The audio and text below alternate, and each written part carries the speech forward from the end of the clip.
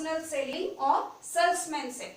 So what is personal selling or salesmanship? This is also a common thing which is in your knowledge also. salesmanship हम लोग देखे हैं, salesman जैसे आते हैं घर पे कोई भी प्रोडक्ट के बारे में डेमोन्स्ट्रेट करते हैं, बताते हैं. कोई भी नया प्रोडक्ट जब आता है कंपनी का, they used to come directly, they used to visit door to door and they have to sell the product. Okay, so personal selling or salesmanship is the process of informing, assisting and persuading people to buy a product or service through direct personal contact. Direct personal contact करके product के बारे में या कोई भी services के बारे में इन्फॉर्म करना कस्टमर्स को. ओके, एंड असिस्ट करना, उनको सारा जानकारी देना प्रोडक्ट के बारे में, फिर उनको इन्फ्लुएंस करना so that the customer can buy the product on the spot. ठीक है, डायरेक्टली उनसे परचेज कर लें. So this is called what personal selling is और salesmanship. Clear? So it's a process of informing. पहले इन्फॉर्म करते हैं, देते हैं इन्फॉर्मेशंस, देन असिस्ट करते हैं और जो क्वेरीज होते हैं, जो ग्रीवेंसेस होते हैं उसको भी क्लियर करते हैं, and then persuade the people to buy a product और service. Okay, through direct personal contact. What are the various features for personal selling और salesmanship? Number one is it is personal in nature. जो advertisement हम लोग देखे थे that is non personal. तो ये एक डिफरेंस भी बैठ रहा है, जैसे एडवर्टाइजमेंट नॉन पर्सनल था और पर्सनल सेलिंग और सेल्समैनशिप जैसे this is personal because there is a face to face contact. Face to face contact बन रहा है, so it is personal in nature. It is done in oral form. Orally generally होता है. कोई भी salesman आते हैं तो फ्रंट टू फ्रंट जैसे हम लोगों को बात करते हैं, बताते हैं. So it is in oral form and it is flexible. Whatever words they are delivering or they can change the mode of their word. जैसे भी बोल रहे हैं, कैसे बोलेंगे तो कस्टमर को ज़्यादा इम्पैक्ट होगा, लोग इन्फ्लुएंस कर पाएंगे. So accordingly they used to speak. Okay, so it is flexible, that's why. Next is there is a two-way communication. Direct face-to-face communication हो रहा है तो कस्टमर के बीच में एंड सेल्समैन के बीच में डायरेक्ट communication हो पा रहा है. So it is a two-way communication.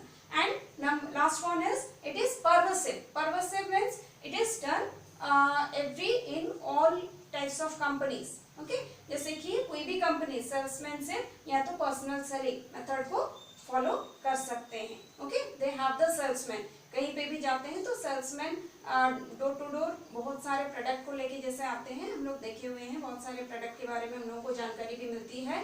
Even MBA students, they those who are doing MBA in marketing, they used to come to sell different dictionaries. ठीक है, बुक्स लेके वो लोग भी आते हैं फील्ड में. So that is also one of the example of personal selling और salesmanship we can say. Okay, next is objectives. So what are the various objectives of personal selling or salesmanship? Number one is to introduce new product through demonstration. Demonstrate करके हम लोगों को दिखा के product को, उसके बारे में जानकारी देके फिर जैसे वो लोग सेल करते हैं प्रोडक्ट को. So that is the first objective. Second one is to increase sales. Sales को इंक्रीज करने का एक तरीका है. Okay, number three, to convert the interest which is created by advertisement. Advertisement करके कंपनी कस्टमर के अंदर जो इंटरेस्ट क्रिएट करवाया है उसको डिमांड में कन्वर्ट करना. That is another objective. Number four is to collect feedback from customers. एक बार सेल करके आ रहे हैं, फिर नेक्स्ट टाइम जब विजिट कर रहे हैं they use to collect the feedback from the customers also. Okay, and number five, to persuade customers to switch over from rival product. जो राइवल प्रोडक्ट वो लोग यूज कर रहे हैं, जो भी कंपनी का प्रोडक्ट यूज कर रहे हैं, तो वहां से फिर वो लोग कैसे फिर इनके कंपनी के प्रोडक्ट में आ जाएं. तो salesman also try for that also. Okay, so this is all about personal selling. Next we will look at sales promotion. So what is sales promotion? Sales promotion means all those activities other than advertising and personal selling. Advertising and personal selling को छोड़ के जो भी activities हैं, okay, that is coming under our sales promotion. So all those activities other than advertising and personal selling that stimulate consumer purchasing and dealer effectiveness. So dealer कितना effective है and consumers का purchasing capacity क्या है, ठीक है, वो कैसे purchase करेगा उसको फिर स्टिम्युलेट किया जाता है या तो उसके अंदर एक इंटरेस्ट क्रिएट करवाना, ठीक है। तो ये दोनों के लिए होता है, जैसे डीलर्स के लिए भी है, डीलर्स कितना इफेक्टिवली जैसे कर पा रहे हैं और कंज्यूमर्स कैसे उसको उसमें से कंज्यूमर्स को कितना अट्रैक्ट कर पा रहे हैं, इन्फ्लुएंस कर पा रहे हैं, ठीक है।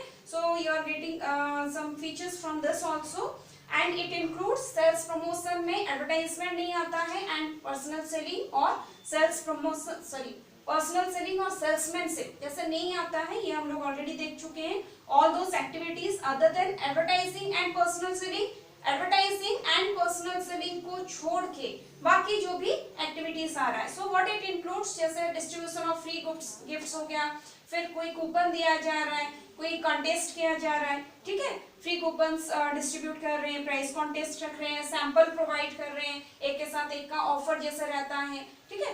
तो ये सारा जो है that is coming under sales promotion, okay. Next we are looking at features of sales promotion. Number one is it includes activities which are not of a routine or recurring nature.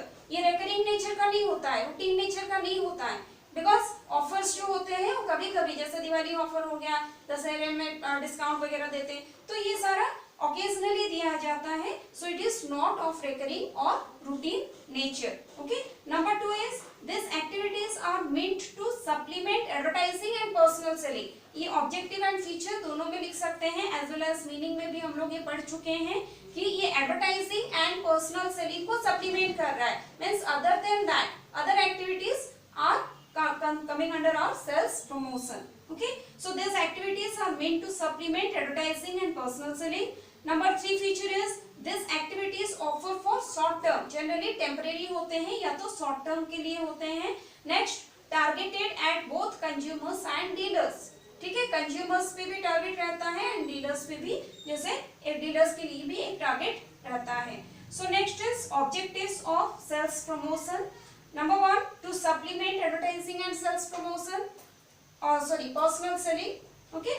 So personal selling and advertisement को supplement कर रहा है, तो ये दोनों को छोड़ के जैसे हम लोग फीचर में भी ये पॉइंट पढ़ लिए हैं, मीनिंग में भी. Number 2 it to increase immediate sales, offer क्यों प्रोवाइड किया जाता है, एक के साथ एक फ्री गिफ्ट या तो कूपन्स, फिर सैंपल्स, ये इसलिए दिया जाता है क्योंकि इमीडिएट सेल्स को बढ़ाया जा सके, ओके. एंड अगर कोई कंपनी का जैसे ओल्ड स्टॉक पड़ गया है तो स्टॉक आउट करने के लिए, जैसे स्टॉक को निकालने के लिए भी ये दिया जाता है, ठीक है, ऑफर्स वगैरह. So to clear old stock, this is another objective. Next, to inspire on the spot buying, जो आ रहे हैं तो एक चीज देख रहे हैं तो फिर देख रहे हैं दूसरे का भी ऑफर लगा है, ये भी मिल रहा है, तो उसको भी जैसे परचेज कर ले, तो ऑन द स्पॉट बाइंग को जैसे ये प्रमोट कर रहा है. And next is off season demand, जो प्रोडक्ट का सीजनल डिमांड होता है, ऑफ सीजन में भी जैसे ऑफर्स प्रोवाइड कर रहे हैं तो कस्टमर्स उसको परचेज करते हैं, okay. So this is all about personal selling, sales promotion and advertising children, okay.